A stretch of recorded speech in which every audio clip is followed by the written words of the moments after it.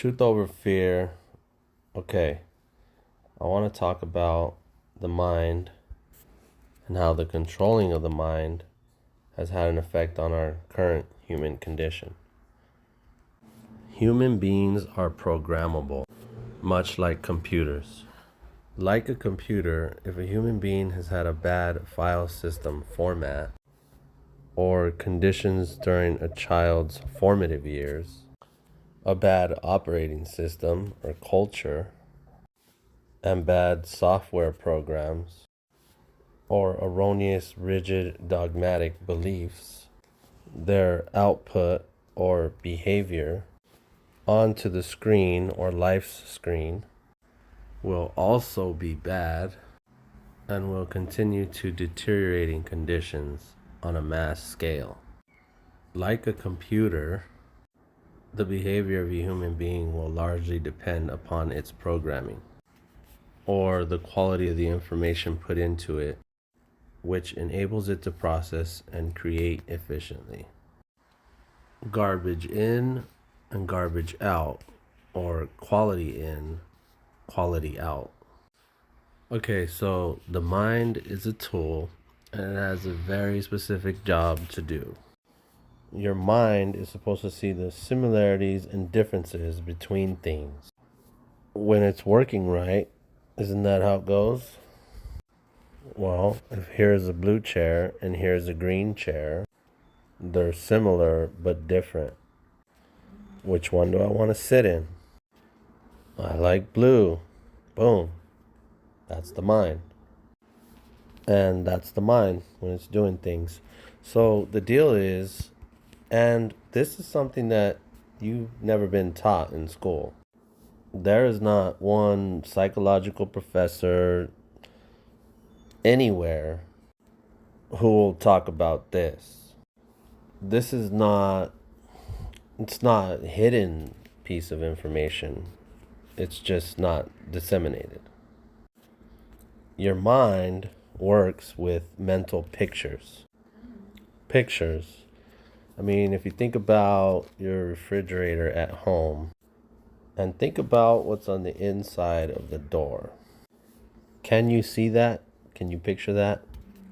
If you got mustard inside that door, can you see that picture you're looking at? That's your mind. It's a warehouse. It's a storehouse of many, many, many pictures. People who produce movies, special effects, and people into advertising understand very, very well that your mind operates on pictures. They build them for you all the time. And they also understand that your mind takes these pictures at 24 frames per second. 24 frames per second. You know how they do stop action frame movies? They play them back at 24 frames per second. I remember watching Gumby, the little clay action models. Those they play at 24 frames per second to look normal. At 18 frames per second, they kind of look jagged or unnormal, if you will. I mean, abnormal. But you can see the difference between the frames. This is called, by the way, or this is technically called the flicker frequency. Now, we're told that there are a lot of things in common between humans. Well, there are a lot of things in common with everything that is walking and squiggling around with the mind. All of them, every single one of them, are operating at that frequency. 24 frames per second is the frequency that we are receiving creation upon. Channel 24. Otherwise, you wouldn't be aware of this. You would not be tuned to this frequency. Everyone is receiving at 24 frames per second. That, my friends, is your mind's speed limit. It can't done think no faster than that.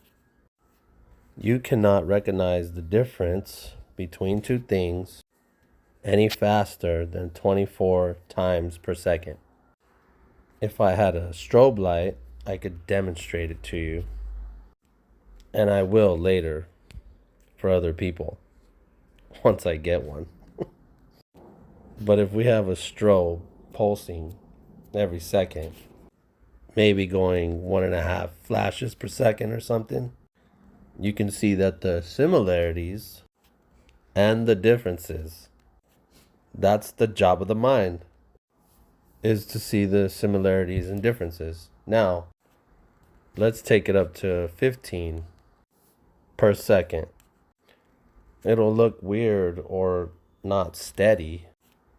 Okay, and then take it up to 25. Boom, it's a steady light. Uh-oh, your mind just got put out of a job. Your mind cannot tell the differences between one flash and another. Your mind cannot any longer do its job. The reason it's telling the similarities and differences between things is only one reason. That's your survival. When your mind can't do its job, there are some overrides that is built right into the mechanism. When the mind recognizes that it's not able to do its job, some other stuff kicks in. The first is the level of stress. Stress is your walk away from it response. Stress is a built-in mechanism to help you leave a dangerous environment. A dangerous environment is one that is unpredictable. You don't know what's going to happen. You don't know what's going to happen because there are too many unknowns. Too many similarities without any difference. In all cases. You got stress at work. It's because you don't know what's going to happen. You know what might happen, but you don't know enough about what's going to happen. You got stress in your relationship, same thing. In every case, stress is caused by uncertainty. Uncertainty because the mind has been temporarily overwhelmed and it can't adequately do its job to predict a future, to come up with a sound solution. Every time you guys make a phone call, you are tapped into a system that makes 2 billion decisions per second. Your mind is doing 24. Consciousness doesn't have a speed limit, does it? Consciousness is instantaneous. There is no speed limit to it. The mind, on the other hand, has a problem. And everybody with one has that problem. That is that the acceleration of consciousness isn't going to stop. And there will be more and more rapid and drastic changes all of the time, while the mind is stuck at 24 frames per second. As a matter of fact, the AMA, who are the blood brothers of the pharmaceutical companies, or the cabal, freely admit that anything that can go wrong with your body is caused by stress. At least they give us that, or admit that. Headaches, hunger, you name it, everything. Overweight, underweight, all of it starts with stress. Okay, so we know that those who are controlling the mind have their magic little pills, and if they can keep us in that lower state of consciousness and in stress, that they can profit with those little pills, or magic pills, pharmakia, and continue to keep us in stress and sick. or what have you. Well, what happens if you don't handle the stress? There's another level that the mind goes to, and that level is fight or flight. Now, at this point, the mind checks out. It gives your body a shock of adrenaline and says, "You get us out of here." There is no more thinking about it. Running away as fast as you can, or kicking, scratching as hard as you can. This is the next level of survival. This is terrorism. This is road rage. This is domestic abuse. And it's on the rise everywhere. This is division. This is me first mentality. This is rioting, looting. This is a low level consciousness on the rise. And it's only going to get worse. We know it's there. We know it exists. We know it's uncivilized. So what do? When we're in a situation where there's a lot of stress, you cannot run away. Who would pay the mortgage? Who would pay the insurance? Who would pay the light, the bills? You can't go fighting your boss, because who would bring you cookies in jail? So what do? If you have the stress, you can't run away, you can't fight it off, what do? Well, there is one other level. And that is the level of unconscious or unconsciousness. This is the mother of all addictions. And this is where we're at right now. Unconsciousness. Addicted to erroneous beliefs, governments, religions, money. Not just drugs and alcohol, but belief systems that we are all addicted to through conformity, being unconscious or asleep. I'm giving you the why as to why it is so difficult to wake people up.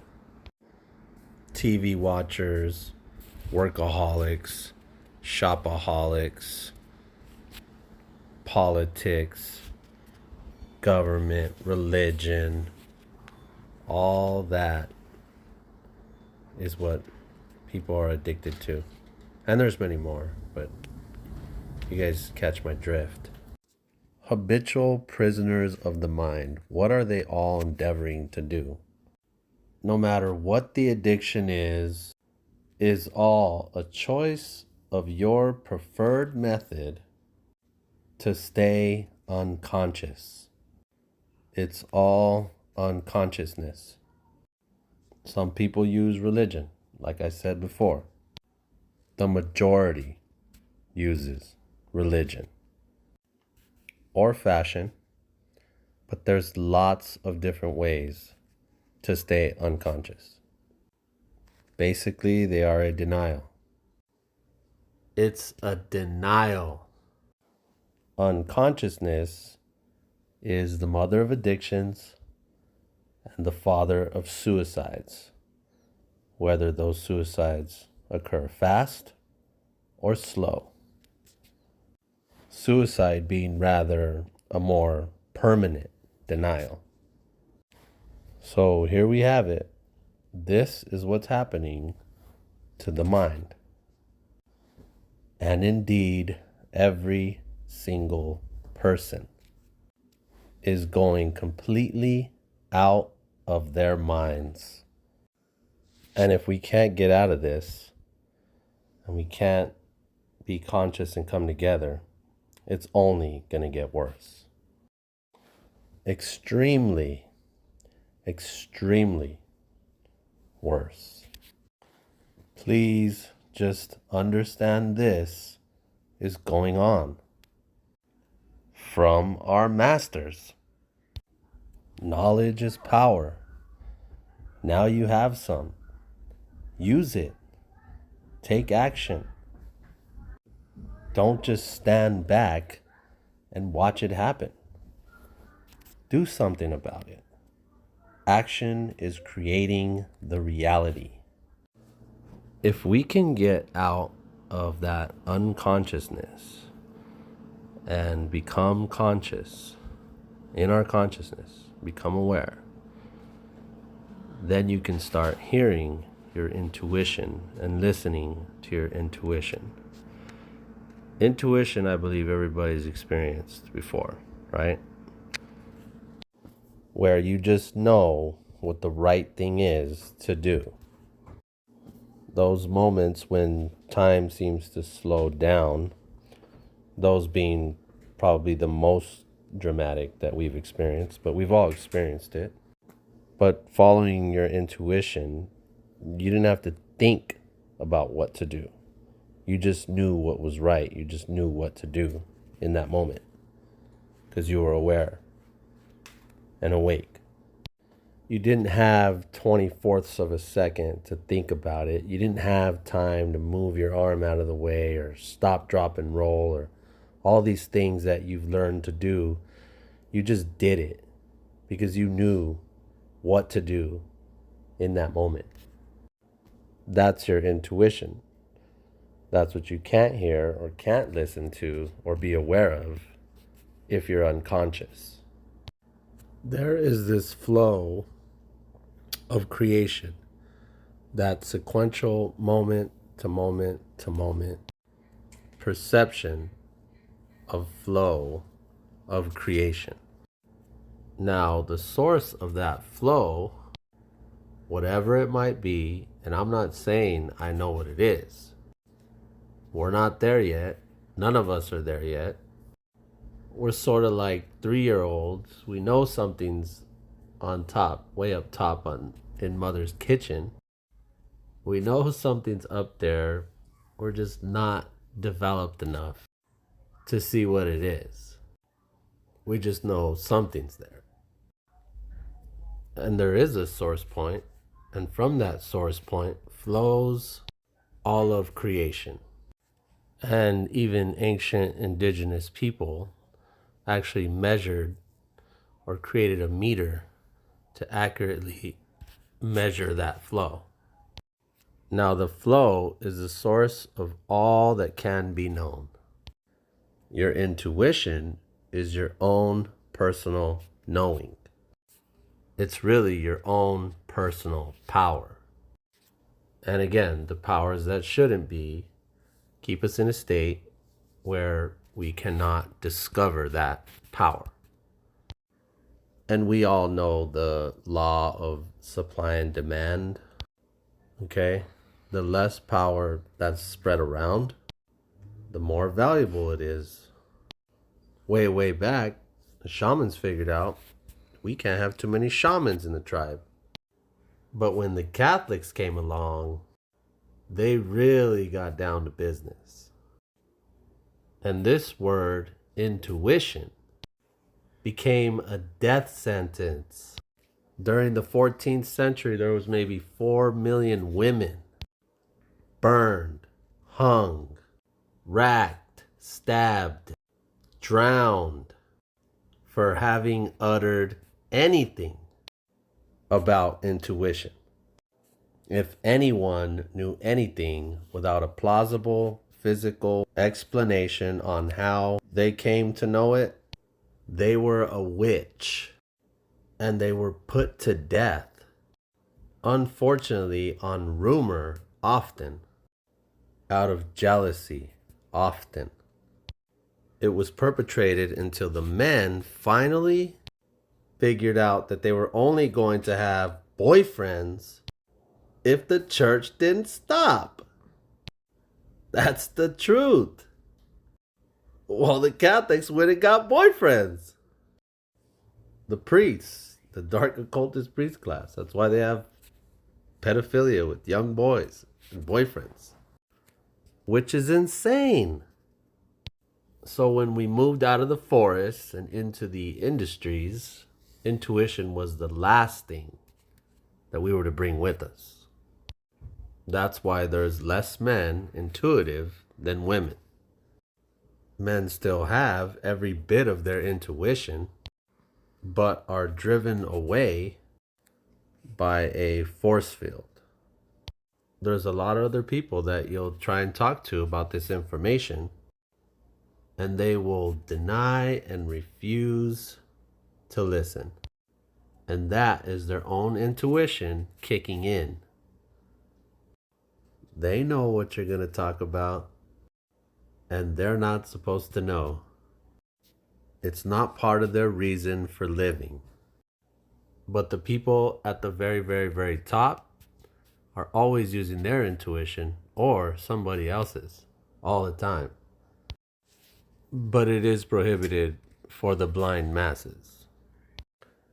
Okay, so how do you engage your intuition? But before I go there, I want to talk about this force field. Okay, so the mind is a self-preservation instrument. The mind will, right now, your mind is racing with reasons that it needs to be kept a hold of.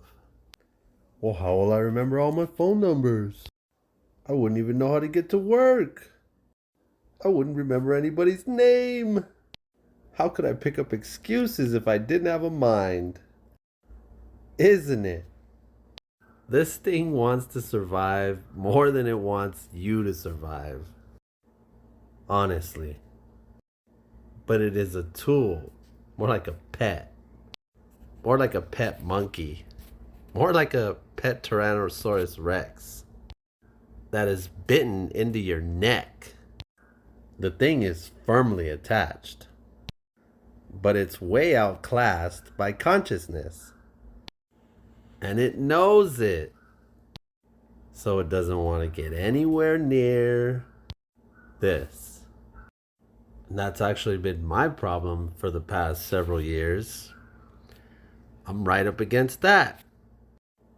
And so will you be when you go about your business. That's why it's good to have community to talk amongst each other, at least. And you guys know most of the people you run into are going to be like, I don't want to hear it.